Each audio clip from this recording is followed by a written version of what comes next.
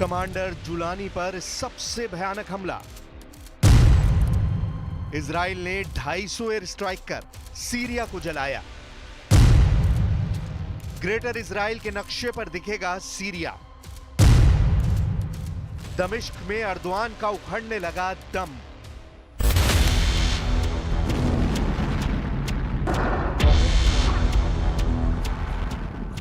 Israel ने 2 दिन में बाजी पलट दी।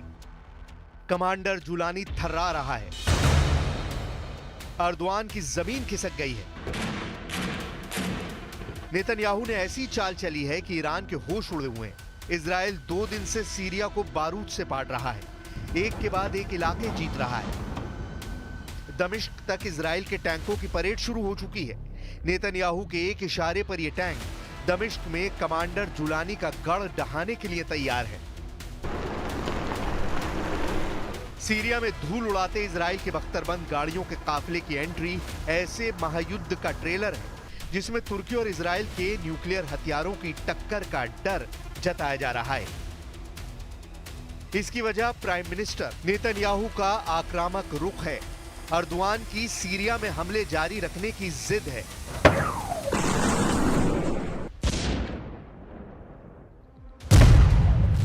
9 दिसंबर 100 हवाई हमले, 10 दिसंबर 250 हवाई हमले,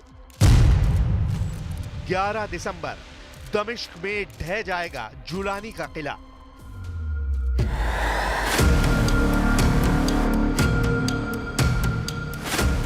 सीरिया के कामिशली में इजराइल के हमले के बाद का दृश्य भयावह है। इजराइल के जिंदा बमों से पटा इलाका बारूदी कबाड़ खाने में तब्दील जगह पर हमले के बाद लोग इंसानों को तलाश रहे हैं।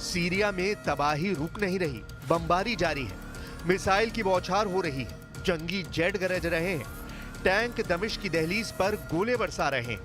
इजराइल ने फुल फोर्स में सीरिया में बारूदी कोहराम मचा दिया है। सीरिया के सबसे ऊंचे पहाड़ माउंट हेरमोन पर चढ़कर इजराइल ने ईरान, हिजबुल्ला, कमांडर जुलानी और अर्दवान को एक झटके में दहला दिया है। नेतन्याहू आर्मी के भीषण हमले की तपिश पूरे खाड़ी मुल्क महसूस करने लगे हैं। 10 दिसंबर को दर्जनों हेलीकॉप्टर और फाइटर जेट से इजराइल ने सीरिया में तहलका मचाया है। इजराइल ने 250 से ज्यादा एयर स्ट्राइक की है। हवाई हमले से सीरियाई हथियार डिपो को मटियामेट कर दिया गया है। इजराइल बशर अल असद के खतरनाक हथियारों को बर्बाद करना चाहता है। टाइम्स ऑफ इजराइल की रिपोर्ट के मुताबिक पूर्वोत्तर सीरिया में कमिशली हवाई अड्डा, होम्स के ग्रामीण इलाकों में शिनशर बेस और दमिश्क के दक्षिण पश्चिम में अकरबा हवाई अड्डे पर इजराइल ने जंगी जेट से बम बरसाए हैं। The only interest we have is the security of Israel and its citizens. That's why we attacked strategic weapon systems, like, for example, remaining of chemical weapons or long-range missiles and rockets, in order that they will not fall in the hands of extremists. Jangi jet और fighter helicopter से attack के बाद Israel army के tank ने भी Syria में ताबड़तोड़ हमले शुरू कर दिए हैं। न्यूज एजेंसी सनद के मुताबिक दक्षिणी सीरिया के कुनेत्रा सूबे के अहम मोर्चे पर कब्जा जमा लिया है। माउंट हेरमोन पहाड़ जीतने के बाद इजराइल आर्मी सीरिया के अंदर 18 किलोमीटर तक घुस चुकी है। इजरायली टैंक बफर जोन से आगे बढ़ रहे हैं। नेतन्याहू की टैंक पलटन सीरिया के कताना में अलर्ट मोड में है। कताना राजधानी दमिश्क से सिर्फ 20 किलोमीटर दूर दक्षिणी शहर है। צה"ל, ראש הממשלה ואני באישור הקבינט לתפוס את אזור החיץ ונקודות שולטות כדי להבטיח הגנה על כל היישובים הישראלים ברמת הגולן, יהודים ודרוזים, על מנת שלא יהיו חשופים לאיומים מנגד מהצד השני. इजराइल दावा कर रहा है कि वो सिर्फ बफर जोन में एक्शन जारी रखे हुए है, जबकि नेतन्याहू के इरादे साफ हैं। सीरिया में अर्दवान का दखल इजराइल को मंजूर नहीं है। कमांडर जुलानी, जिन अर्दवान को अपना सरदार मानते हैं, उन्हें सीरिया से मार भगाने के लिए इजराइल हमले कर रहा है। ईरान की जुलानी से गुटबाजी को रोकने के लिए भी नेतन्याहू स्ट्राइक करवा रहे हैं। सीरिया में इजराइल का पहला मिशन कंप्लीट हो चुका है। माउंट हेरमोन पर कब्जे के बाद ईरान में खलबली मची हुई है। इजराइल एयरफोर्स के सबसे खूंखार कमांडो शालडाग ने सीरिया के माउंट हेरमोन पहाड़ को कब्जे में कर लिया है। ये पहाड़ सीरिया की सीमा के 10 किलोमीटर अंदर तक है। रणनीतिक लिहाज से बेहद अहम इलाके पर कब्जा कर इजराइल हिजबुल्लाह का सफाया शुरू कर चुका है। सीरिया का माउंट हेरमोन सीरिया और लेबनान की सीमा पर मौजूद है। ये माउंट हेरमोन 9,232 फुट ऊंचा है। इसकी चोटी पर संयुक्त राष्ट्र ने सीरिया और इजराइल के बीच एक बफर जोन बना रखा है। हेरमोन पहाड़ का दक्षिणी सिरा इजराइल के कब्जे किए हुए गोलान हाइट्स के इलाके तक जाता है। हेरमोन पहाड़ सीरिया की राजधानी दमिश्क से मात्र 40 किलोमीटर की दूरी पर है, जहां पर कब्जे के बाद दमिश्क इजरायली सेना की तोपों की रेंज में आ गया है।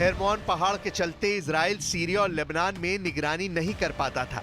ईरान समर्थक लड़ाके इसी कमजोरी का फायदा उठाकर विस्फोटक ड्रोन की मदद से तेल अवीव को दहलाते रहते थे।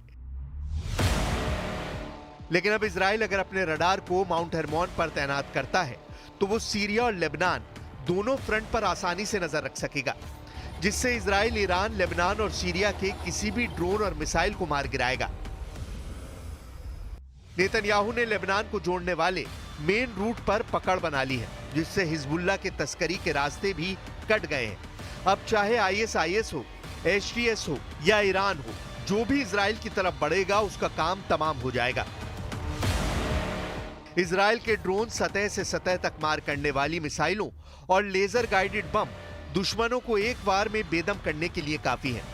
सीरिया में जारी हमले के बीच नेतन्याहू ने ऐलान किया कि बारूदी धमाके की अभी शुरुआत भर हुई है। हेरमोन पहाड़ पर आसानी से कब्जे ने नेतन्याहू का कॉन्फिडेंस बढ़ा दिया है। מדינת ישראל מבססת את מעמדה כמוקד של עוצמה באזורנו, כפי שלא היה עשרות שנים. מי שמשתף איתנו פעולה מרוויח בגדול. מי שתוקף אותנו מפסיד בגדול. אנחנו רוצים לראות את סוריה אחרת. सीरिया में इजराइल के हमले ने सबसे ज्यादा तुर्की को डरा दिया है। कमांडर जुलानी का नया सिरदर्द अर्दवान बढ़ाने जा रहे हैं। तुर्की में सीरिया के जितने भी शरणार्थी हैं, उन्हें अर्दवान ने जल्द से जल्द तुर्की से भगाने का आदेश दिया है। अर्दवान ने यह भी साफ किया है कि सीरिया में तुर्की के हमले तब तक नहीं रुकेंगे जब तक कुर्द विद्रोहियों का खात्मा नहीं हो जाता।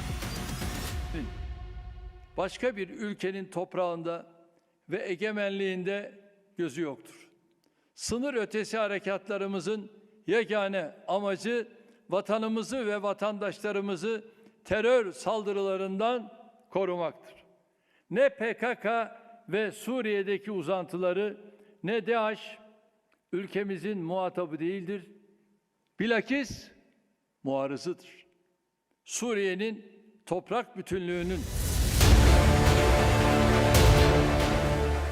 सीरिया में जो लड़ाई फिलहाल इजराइल बनाम फाइटर ग्रुप चल रही है, दूसरी तरफ तुर्की बनाम कुर्द विद्रोहियों की चल रही है।